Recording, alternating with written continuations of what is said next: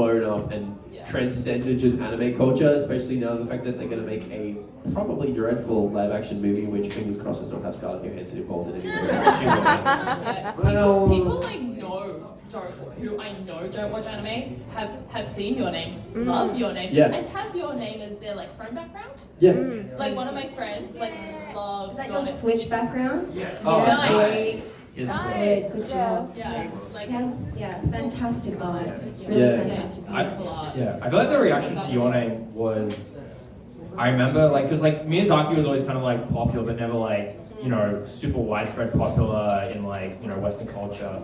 Up until Spirited Away came out, and all of a sudden everyone was just like, who is this man in his films? And that's the film that really kind of canonized him in Western culture. I feel like that's what Your Name is that's come around as a film of like Felicity said, people who don't watch anime have just been like, you should watch this because it's just like an amazing piece of film and media in general. And it's attracted people who wouldn't usually mess around with that stuff. And I assume from there may have gone on to well, what other stuff he's done? What is something similar to this that I can also enjoy? Yeah.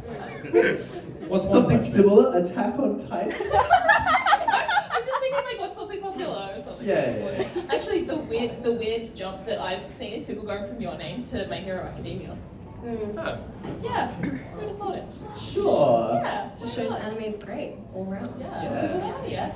I definitely would agree that Your Name has become the 2010s. What do we define this 2010s. decade? 2010s. It's the noughties, and I'm like, I don't know what the next one is. 2010s, Spirited Away. Not for what it does, not for what it is, but rather what it does. I also feel like we have to talk about Mamoru Hosoda, who is another one of the biggest anime creators in the last 10 years. He's done stuff before, but especially in the last few years, he's done Wolf Children, Boy and the Beast, and then recently Mirai. And they're all they're very family-friendly stories that tend to have bestial elements to them. That I think that's not. I'm not saying anything. I'm just saying there's a fact. But I feel it's very synonymous with Pixar and Disney films. You could give that to a kid who's watched I don't know, Monsters Inc. That's the first thing that came to mind when I thought of furry Disney Pixar. I mean, furry is in the texture, not the people. Quote. We're never getting invited back here. Oh, it's such cool. I feel like him in particular, I remember around the time Wolf Children, Boy and the Beast, all the kind of hot takey headlines were this is the next Miyazaki. And it's that's not how it works. But I get what they're saying with that. He's kind of, this is around the time that Miyazaki was I'm not doing films anymore. I mean it this time. And he just kind of filled that void of that kind of not twee, but chill aesthetic of Miyazaki's films, of Ghibli stuff.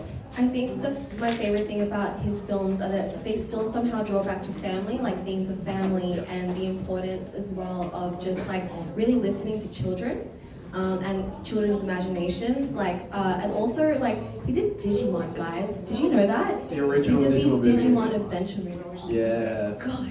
Which was a great dog. And that aesthetic continued on, even in other people's work. You see the inspiration from him, and then when he came out with Summer Wars, wow, I was blown away. And then you see with Summer Wars, the red line he uses around the character designs started to show up all of a sudden, a lot.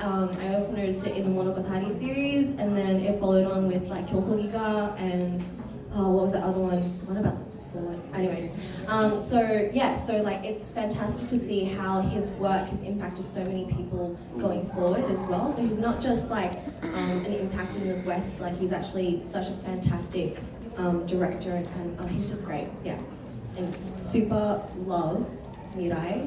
Made me cry. Also, really hot granddad. Yeah.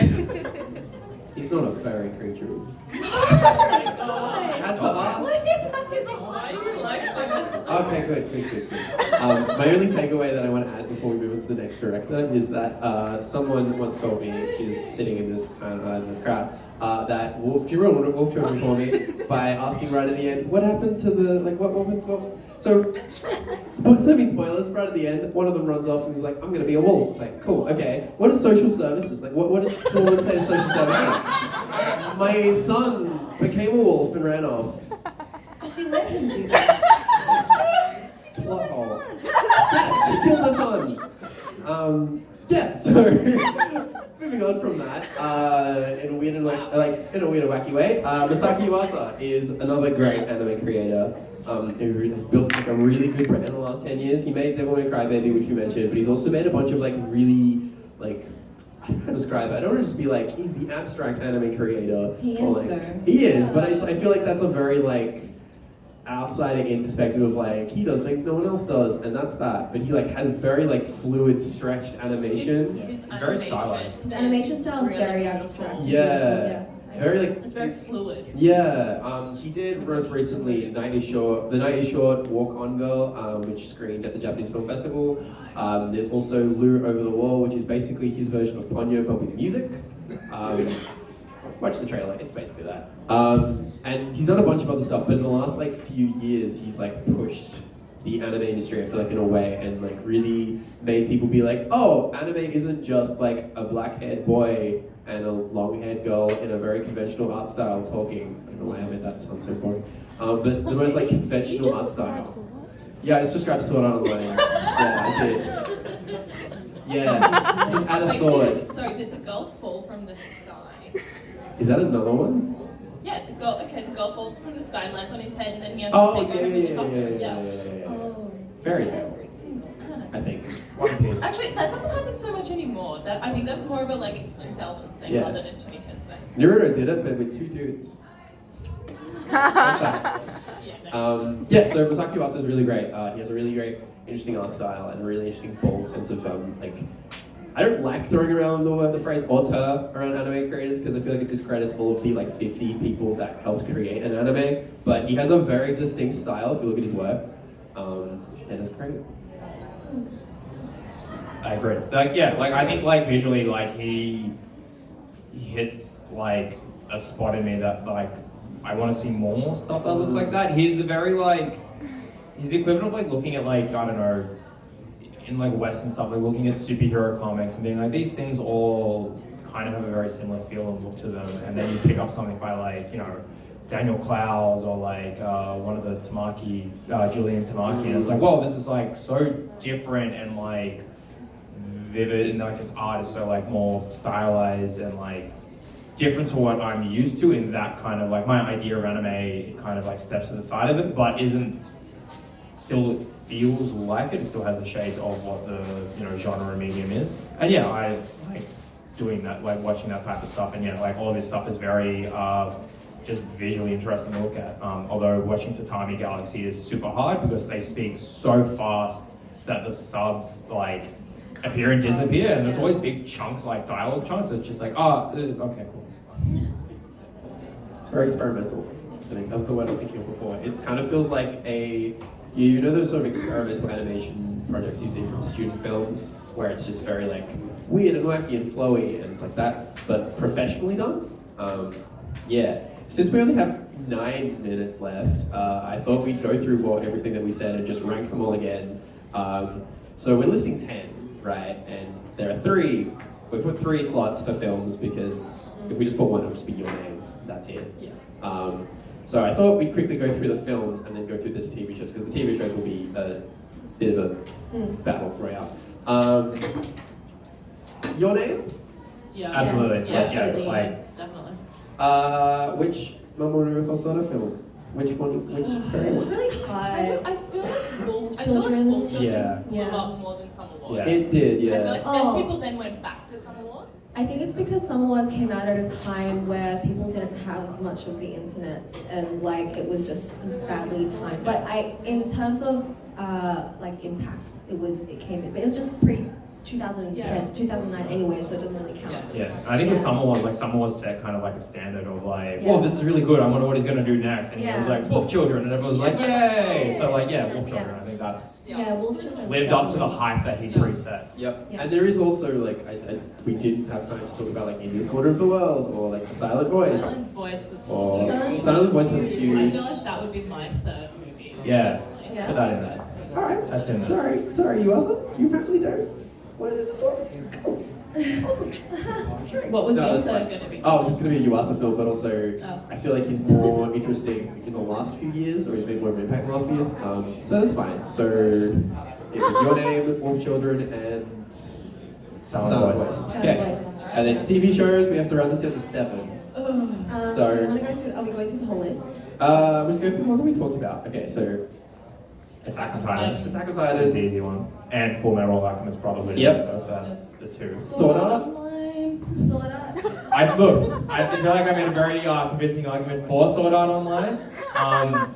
You know. I feel like it should be on there. Like I feel like that's one of those ones where it's like it's not my personal favorite, but it definitely like if we're putting some things in a time It's a capsule, legacy, like yeah. it definitely True.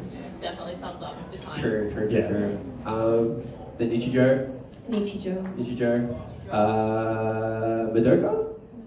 I'm a bit no. Actually. Yes, I'm just Like, gonna yeah. say yes. I Yeah. Do it.